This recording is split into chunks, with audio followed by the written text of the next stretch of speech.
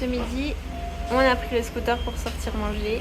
Voici notre petit scooter. Normalement on commande comme c'est galère de sortir, mais là c'était hyper pratique. Et après on va aller faire les courses, soit dans le supermarché en face, soit celui qui est juste après. Et acheter des fruits à un vendeur qui est... on le voit pas depuis ici. Et là on est au Café Eden. C'est la première fois qu'on mange ici, donc on va voir ce que ça donne. Ce midi j'ai tenté une boisson à la framboise, mais je crois qu'elle m'a mis du lait dedans. Enfin une goutte de lait. Donc c'est un peu spécial.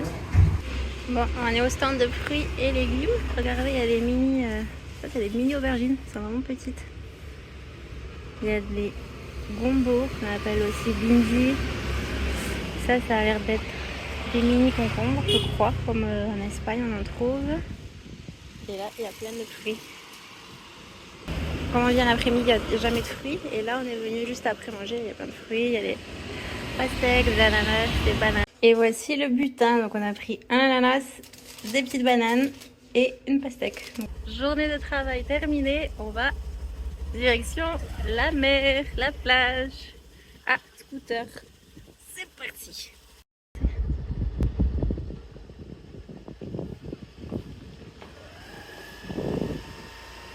Ça y est, on est à la plage. Et regardez, il y a encore moins de monde que dimanche. En même temps, on n'est pas le week-end. C'est trop beau. Elle est trop belle cette plage. Pas beaucoup de monde qui se baigne. J'adore les coquillages, les toutes petites. Et là, il y en a plein partout, des tout petits, trop mignons. Il y en a qui sont... parce que ça, c'est des moitiés en fait. Il y en a qui sont entiers. Je vais vous montrer. Voilà. Deux parties de coques.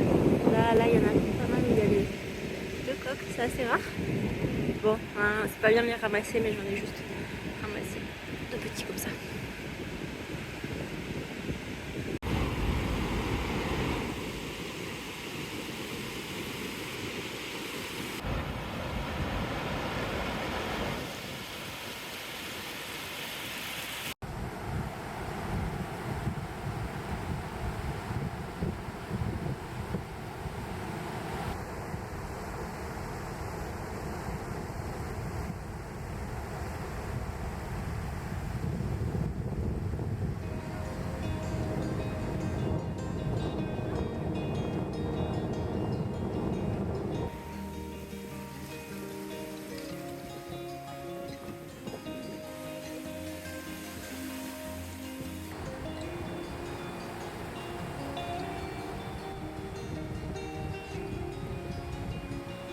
On vient de rentrer de la plage et on a commandé à manger. Alors la livraison ça prend toujours un peu de temps, là ça a pris à peu près 1 heure.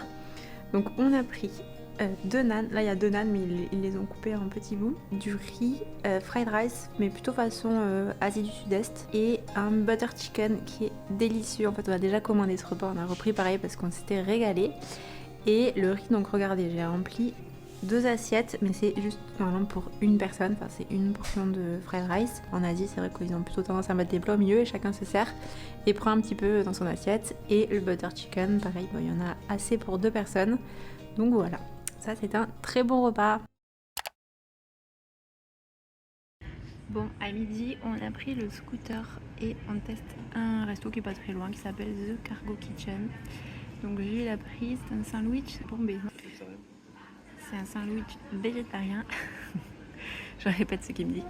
Et moi j'ai des pancakes mais ils sont pas encore là. Voilà. Et le cadre est super sympa. Regardez.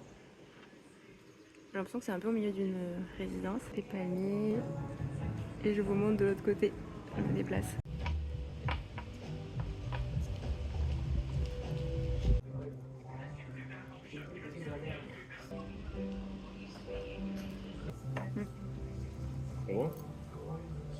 Ouais, ça va.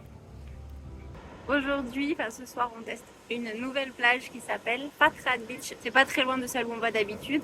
Nous d'habitude, on va ici. Là où il y a les, je sais pas si vous allez les voir, il y a des parachutes ascensionnels.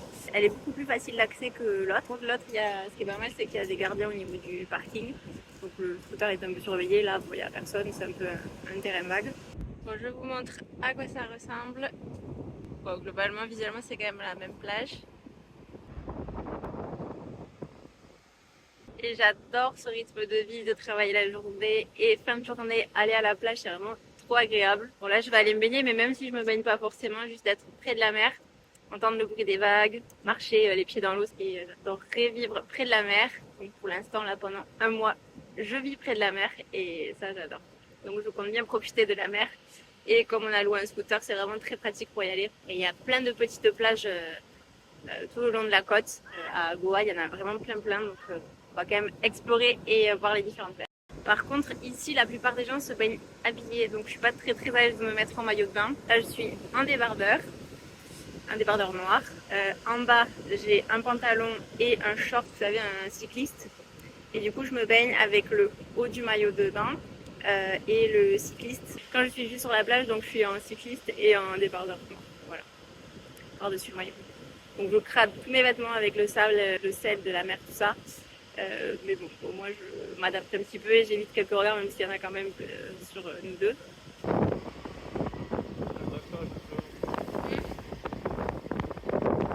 Bon, je vous ai pas raconté ce qui s'est passé la dernière fois à la plage, à la nouvelle plage qu'on a pu essayer.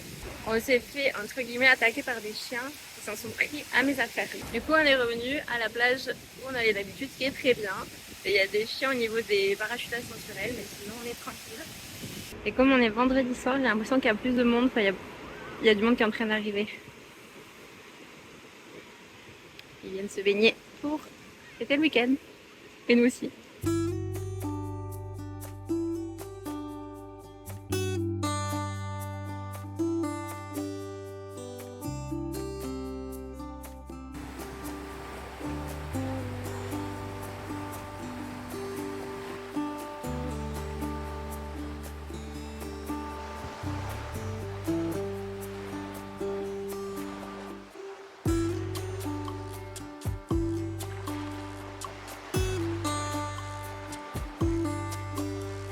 Bon, je me suis assise par terre, je me suis assise sur des petits coussins parce qu'il fallait que je vous raconte.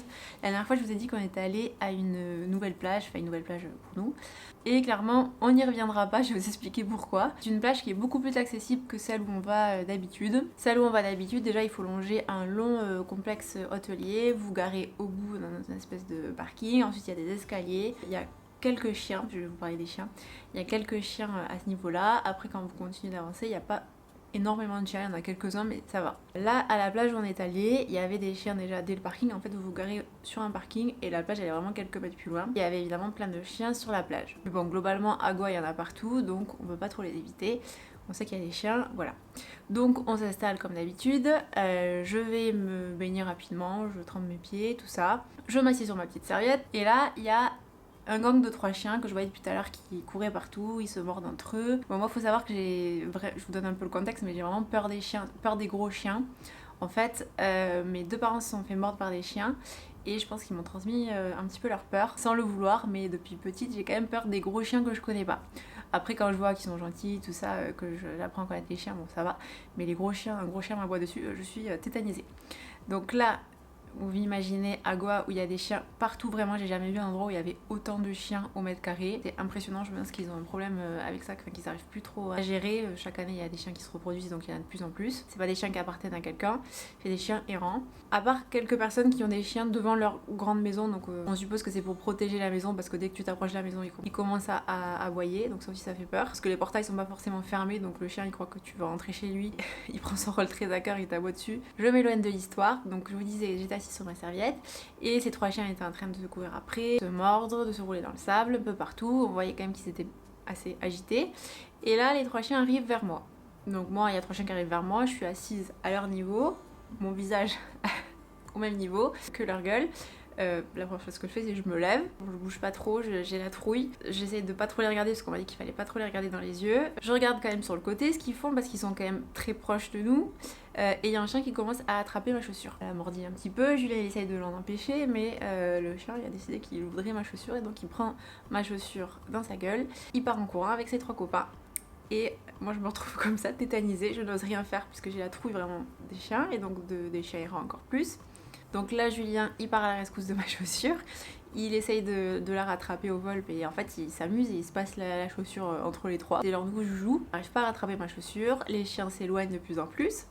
Donc ils vont quand même, la plage elle est immense. Hein. Moi je le voyais de loin, j'avais peur qu'il se fasse mordre en essayant de rattraper ma chaussure. Pour moi dans ma tête j'avais déjà dit adieu à ma chaussure. Un basket en moi, je sais pas comment je vais repartir, je revois plus ma chaussure, c'est fini. Il y a un indien qui se lève, qui s'est dit bon si les chiens passent par là, je les rattrape et je rattrape la chaussure en même temps. Donc il s'était levé, il était prêt à intervenir. Julien a essayé de rattraper la chaussure en même temps et à un moment le chien a posé la chaussure 2 secondes, il a réussi à rattraper ma chaussure et à revenir avec. Bon, dans un sale état, plein de sable et tout, mais elle est toujours fonctionnelle. Il l'a pas trouée ou quoi. Donc moi j'étais toujours sur les serviettes avec les sacs etc. Parce que j'ai pas laissé non plus les sacs et de toute façon j'avais tellement peur que je savais pas quoi faire que j'ai pas bougé. Je regardais juste la scène comme ça de loin. Donc il revient avec ma chaussure. Il y a les 3 chiens qui le suivent derrière à quelques mètres. Dès qu'il arrive avec ma chaussure, moi je sais pas trop ce que je fais avec la peur tout ça, vous savez on sait pas trop ce qu'on fait. Je prends mes 2 baskets et je les mets sous la serviette de Julien pour les cacher comme ça s'ils reviennent. C'est un peu moins facile à attraper que s'ils étaient sur la serviette. Il y a les chiens qui reviennent vers nous, donc là on était tous les deux debout, avec les serviettes, il y avait mon sac et le casque du scooter aussi. Et là il y a les chiens, je sais pas, ils doivent kiffer mon odeur, ils se mettent sur ma serviette.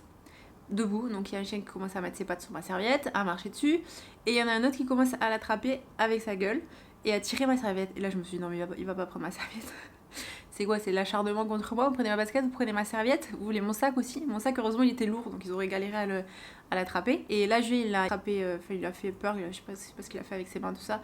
Donc le chien a lâché la serviette. Mais il est resté toujours dans le coin. Donc là je me suis dit je peux pas rester là, j'ai trop la trouille. Je vais pas me faire cambrioler par ces 3 chiens, on arrête l'acharnement. Donc on prend les affaires et on essaie d'aller un petit peu plus loin. Enfin bien plus loin quand même pour s'éloigner de ces chiens. On commence à s'installer et là il y a d'autres chiens qui arrivent, je dis bah, c'est bon. En plus je me suis dit peut-être qu'ils sentent l'odeur, qu'il y en a un qui a pris ma chaussure, tout ça, donc il commence à sentir l'odeur, etc. Donc j'emballe mes chaussures dans ma serviette bleue Décathlon là, et je marche. Et il y a encore un autre chien qui commence à me courir après parce qu'il croyait sûrement que je cachais de la nourriture ou quoi, parce que je cachais mes baskets comme ça, là je marchais, j'avais trop peur. Donc là ensuite on va retrouver notre scooter, je mets baskets, serviettes, tout ça sous le siège du scooter, je veux plus ça sur moi. J'ai gardé mes chaussures de plage, je dis je vais passer tout ça à la machine pour plus qu'il y ait l'odeur. Et quand on arrive donc au scooter, il y avait un chien qui était en train d'aboyer sur des gens et du coup il pouvait même pas sortir de la voiture. Mais celui-là il faisait vraiment peur, il était vraiment agressif, il montrait les crocs etc. On s'est dit on va faire doucement au scooter, donc on a sorti le scooter sans le moteur pour pas trop faire de bruit. Le chien est resté concentré sur la voiture. Et on est vite parti parce que là j'avais qu'une hâte, c'était de rentrer à l'abri des chiens. D'ailleurs si vous avez vous allez peut-être me trouver ridicule ou quoi pour ceux qui ont l'habitude des chiens etc. Mais moi j'ai vraiment peur, donc si jamais vous avez des conseils pour surmonter cette peur et surtout pour que ce soit eux qui aient un peu peur de moi. Donc est-ce que vous avez des conseils si jamais il y a des chiens qui sont méchants, qui veulent m'attaquer, qui m'approchent pour les effrayer un petit peu et pas que ce soit moi celle qui suis le plus effrayée, des petits conseils pour les repousser, pour qu'ils arrêtent de me faire peur comme ça. Ou si vous avez peut-être des choses à repérer, est-ce que je sais pas s'il y a un comportement, je sais que là il joue et qu'il va pas m'attaquer. Comment reconnaître un chien qui devient agressif et qu'est-ce qu'il faut faire? Si jamais vous avez des conseils, je suis preneuse parce que vraiment j'ai trop peur. Je pense qu'il y en a qui veulent peut-être simplement jouer, mais du coup, moi, j'ai la trouille, vu que je connais pas ces chiens. Et j'ai peur qu'en jouant, ils veuillent me mordre ou quoi. Parce qu'on sait pas s'ils ont la rage ou pas, ces chiens, ça peut être aussi dangereux. Hein. C'est dans ce sens-là, j'ai peur qu'ils me mordent en fait, surtout. Pas qu'ils soient juste à côté de moi, ça me dérange pas. C'est juste que j'ai peur qu'ils me mordent en fait. Et le soir, je suis allée chercher sur internet des informations chiens, Goa, etc. Quelle idée pourrie de faire ça, parce qu'il y a plein de gens qui se sont fait mordre apparemment ici, dont des enfants aussi. Donc du coup ça m'a affolée encore plus, quoi, qu'il fallait faire encore plus attention. J'ai vu qu'avec un bâton tu pouvais leur faire peur, mais évidemment il faut pas leur faire de mal. L'idée c'est juste de l'éloigner, donc avec un bâton, mais en même temps je vais pas me trimballer un bâton toujours sur le scooter. Donc je sais pas si jamais vous avez des petites astuces ou des odeurs, je sais pas s'il y a des odeurs peut-être qui leur font peur, que je m'en mets partout, hein, même si ça pue c'est pas grave, je m'en mets. Je veux bien vos petites astuces comme ça. On a beaucoup voyagé en Asie, mais là c'est vraiment l'endroit où il y en a le plus au mètre carré, quoi. Vraiment, il y en a partout. Tu peux pas faire une balade de 5 minutes sans voir un chien. Impossible. Donc voilà, Goa, les paysages sont magnifiques, mais il y a des chiens errants partout, vraiment partout. À pied, ils nous suivaient beaucoup, donc là, je suis contente d'avoir un scooter, déjà c'est un peu plus rassurant. J'ai vu que s'ils pouvaient sentir qu'on avait peur, je sais pas si c'est vrai ou pas, et concrètement, qu'est-ce qui se passe s'ils sentent qu'on a peur? Moi, je le contrôle pas, enfin j'ai peur, j'essaye de pas ressentir la peur, mais je la ressens quand même. Vous savez, quand on a peur, c'est dur de contrôler la peur.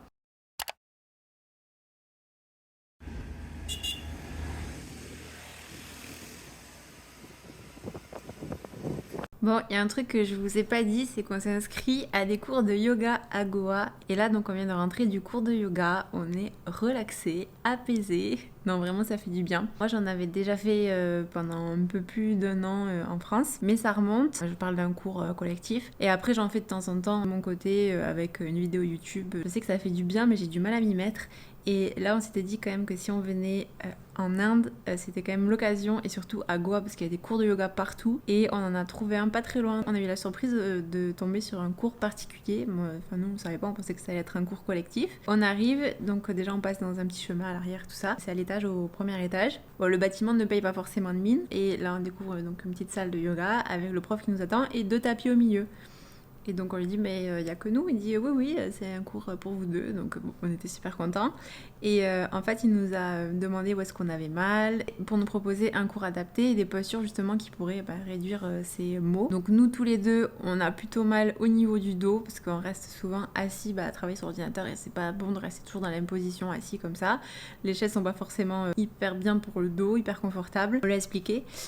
Et du coup il nous a fait des exercices exprès pour bien étirer le dos et ça fait vachement du bien. J'ai l'impression que j'avais le dos un peu rouillé et là qu'il est beaucoup plus souple, j'ai l'impression de retrouver un dos. Donc cours de yoga validé, c'était super. J'ai filmé quelques petites images. Bon, le premier cours, tout ça j'ai pas osé filmer, mais là je lui ai demandé de filmer, il a dit pas de soucis. De toute façon je me filme qu'à moi, je filme pas lui. Et du coup lui il en a profité aussi pour filmer. Je pense qu'il voulait aussi prendre quelques images sûrement pour page Google Maps ou pour ses réseaux. Donc je vais vous mettre quelques petites images après. Et je vous mets le nom, comme vous pouvez le trouver sur Google Maps si jamais ça vous intéresse.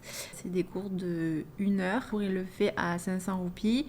Ça fait pas cher pour un cours particulier. Et ça fait surtout vachement de bien. Après une journée de travail, on va un petit cours de yoga en scooter. Enfin, c'est vraiment agréable comme mode de vie. Là, je suis vraiment contente d'être à Goa et de profiter de ce que peut offrir Goa à fond, la plage, le yoga. C'est une vie plutôt douce ce mois-ci.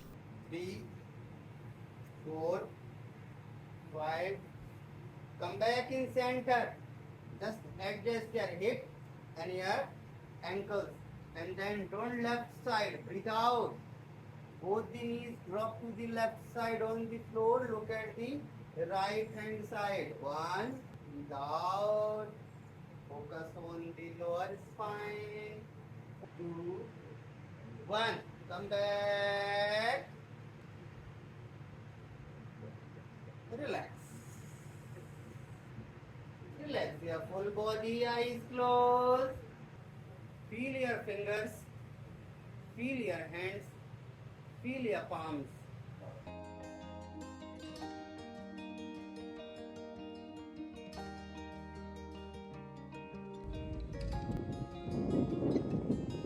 On a fait quelques petites courses pour petit-déj, grignotage, goûter, tout ça. Ça m'a étonnée en voyant le prix, donc je vais vous faire deviner le prix. Selon vous, quel est le prix de ce panier là, de ces 5 articles? On a du pain de mie, une sucette, des petits palmitos, des marigolds, c'est des biscuits comme des petits beurres, et un paquet de Pringles.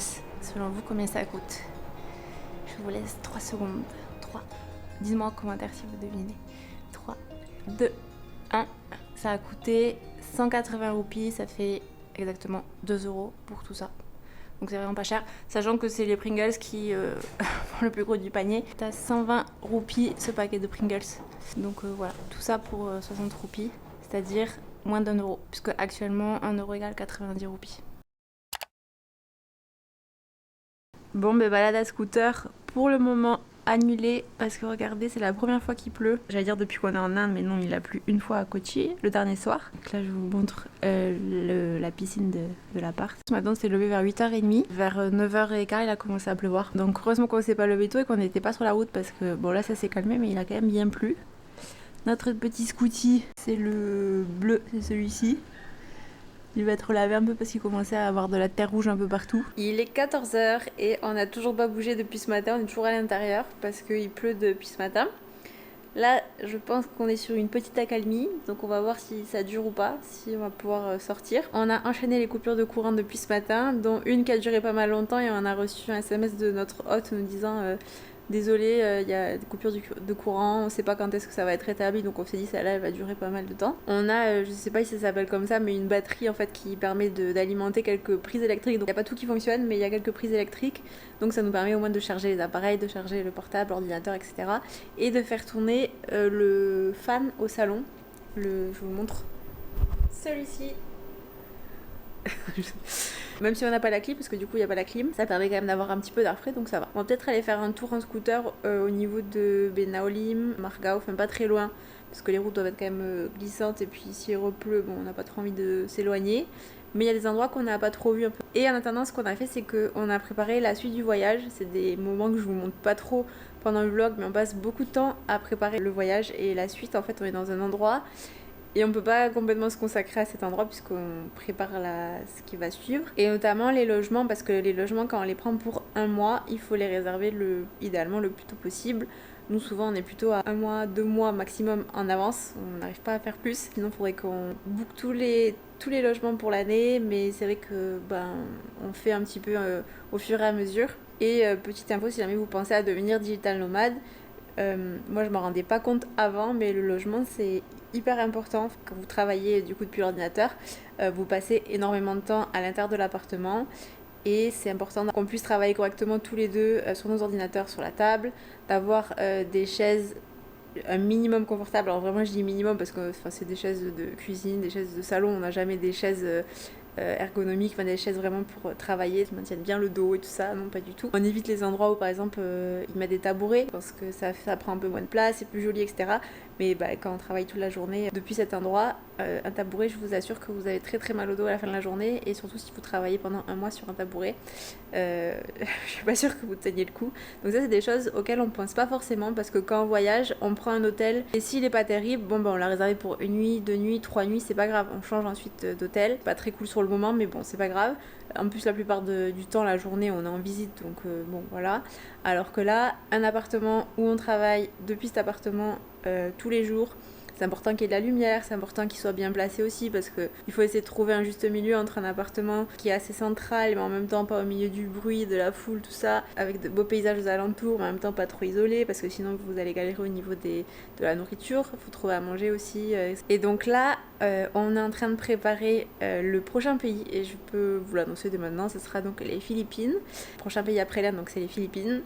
J'ai hâte de découvrir ce pays. Enfin, d'un côté j'ai hâte, d'un côté j'ai pas hâte, parce que ce sera la fin de l'Inde et j'aime beaucoup l'Inde. Et comme aucun de nous deux ne connaît ce pays, enfin n'est jamais allé, c'est un petit peu compliqué de savoir où est-ce qu'il faut loger. Les endroits touristiques, c'est pas forcément idéal, parce que les endroits touristiques, vous avez peut-être 2 lieux incontournables où il faut aller, mais ensuite si vous restez un mois, les 2 lieux vous allez les faire les 2 premiers jours, après vous aurez plus rien à faire. Il vaut mieux qu'on se trouve un endroit sympa où on peut aller à la mer par exemple le soir en fin de journée, quitte après à se déplacer un peu plus le week-end et à faire des trajets plus longs pour aller voir les cascades, les endroits un peu plus touristiques, des choses auxquelles on ne pense pas forcément quand on n'est pas encore digital nomade, ou quand on pense au mode de vie idéal du digital nomade.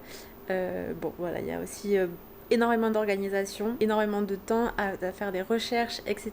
Pour les Philippines, je sais pas combien de temps on a passé en tout, mais on a passé beaucoup de temps, surtout sur les pays qu'on connaît pas. Et donc pour casser la légende du digital nomade qui travaille sur un transat au bord de la mer, en tout cas c'est pas notre cas, et je pense pas que ce soit le cas de beaucoup de personnes, parce que travailler les pieds dans le sable, c'est-à-dire l'ordinateur qui peut se prendre du sable en plein soleil, c'est pas l'idéal. Ou alors c'est un digital nomade qui travaille 30 minutes. Vous pouvez travailler depuis votre transat à la plage, mais clairement pas une journée. Et après, j'anticipe les questions, mais s'il y en a qui se demandent pourquoi on ne travaille pas dans les coworking, etc., on le fait. De temps en temps, on va travailler dans les coworking, on va travailler dans des cafés, mais c'est vrai que c'est quand même pas mal de pouvoir aussi travailler depuis son logement. On n'a pas forcément envie d'aller dans les cafés tous les jours, même si c'est sympa de changer de lieu pour travailler. Ou dans les coworking, c'est bien par exemple de pouvoir travailler le matin depuis chez soi, et l'après-midi on va dans un café, on va dans un espace de coworking. Voilà, donc petit aparté qui ne parlait pas de l'Inde précisément, mais c'est aussi pour vous montrer un peu les coulisses. Donc je suis contente parce qu'on a réservé les deux logements aux Philippines, un pendant 1 mois, un autre pendant 3 semaines, et il nous manquera juste 1 semaine entre les deux, puisqu'aux Philippines on a le droit à 30 jours sans visa ou visa gratuit. Et après on va demander une extension de 29 jours, mais je vous en parlerai jamais dans le vlog des Philippines, ça sera mieux. Et en fait on a commencé à préparer le prochain pays, donc les Philippines, avant de finir de préparer l'Inde, puisque l'Inde, donc on a fait 1 mois à Kochi. Là, on est en train de faire un mois à Goa et ensuite on se fait environ 10 jours dans le nord de l'Inde, donc dans le Rajasthan. J'ai trop hâte. Là, on n'a pas encore réservé les hôtels dans le Rajasthan, mais on se dit toujours que les hôtels c'est quand même plus facile à trouver que des hébergements pendant un mois, parce que quand on prend des hébergements pendant un mois, il suffit qu'il y ait un voyageur, un touriste qui réserve 2 jours au milieu du mois que nous on souhaite, et le logement il n'est plus disponible. Et le plan donc c'est de visiter Jaipur, Agra pour voir le Taj Mahal et Delhi les 3 derniers jours. Donc je pense que ça va être une autre ambiance que celle qu'on connaît à Goa. Goa c'est hyper paisible à part les chiens, mais sinon c'est très paisible et c'est très chouette Goa. Bon, à chaque fois on passe devant, là c'était jamais arrêté. Regardez, on dirait des statues.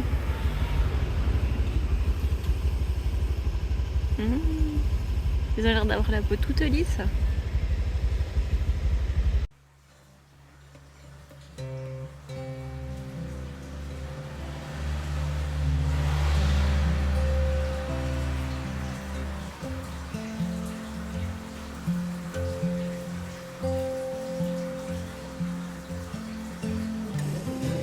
On a pris le scooter, c'est là où c'est à Benaolim. Je vais vous montrer où est-ce qu'on fait notre cours de yoga. Il fait des moonwalks. Et c'est ici, à Mandvi Yoga Studio, dans la petite ruelle là, en haut. Il y a un studio que vous n'avez pas vu grand chose. Alors, il y a des petites boutiques.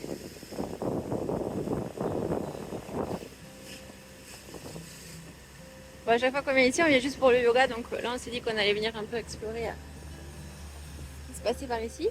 Être en cours, il y a pas mal d'hôtels, parce que souvent on voit des touristes, alors que vers là où on est, vers là où on loge, on voit pas de touristes. Comme il y a plein de petites boutiques comme ça, c'est souvent pour les touristes.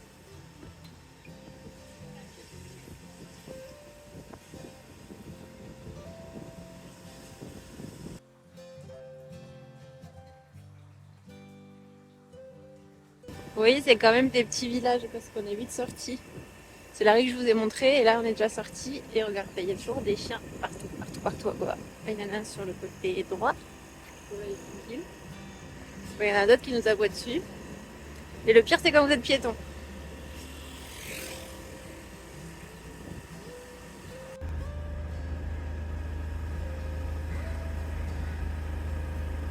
Et là, on arrive à la plage de... On est où ici? Benaolim. Ouais. Ah ouais. Regardez là, les chiens partout. T'es pris pour une voiture? C'est là le parking à scooter. Bon, il pleut plus, mais il fait encore gris. Bon, j'ai changé d'appareil, j'ai pris l'appareil photo parce que je filmais depuis le scooter au portable. Et regardez la plage de Benaolim. Il y a des chiens littéralement partout. C'est pour ça que je m'avance pas trop. Là, vous en voyez 2 là, mais il y en a partout. Entre tous les bateaux, il y a des chiens. Sous le bateau, vous allez le voir.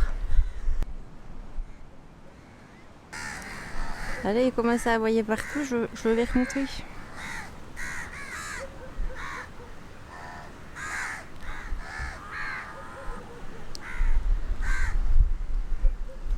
Bon, cette plage est très jolie avec les bateaux, mais c'est quand même pas l'idéal pour se baigner. C'est vrai qu'elle est mieux celle de Varka. C'est la plage qui est la plus proche en fait de là où on loge. Avec les bateaux, c'est quand même très beau. Et là, ce que vous entendez, c'est les corbeaux qui sont en train de se battre pour de la bouffe derrière. Avec un chien au milieu.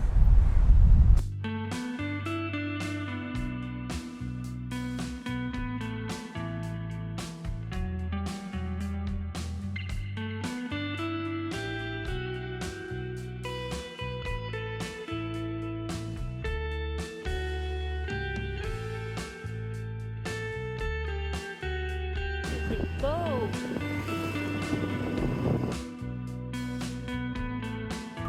Regardez le joli bus là devant.